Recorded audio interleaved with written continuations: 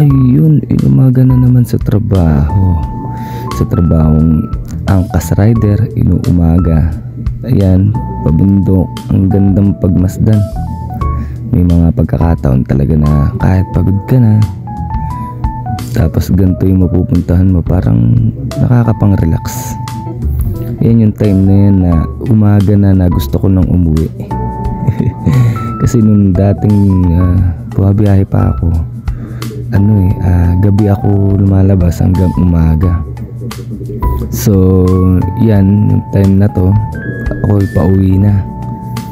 Last drop, Montalban.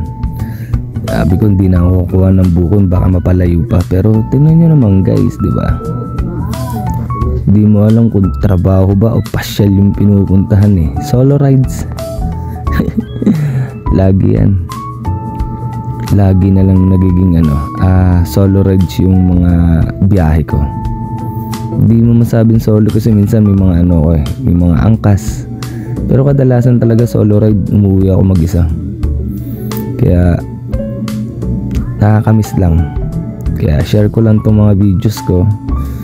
Ay, upload ko na rin para at least kahit paano at least na-upload ko na bago ko mamandamburahin.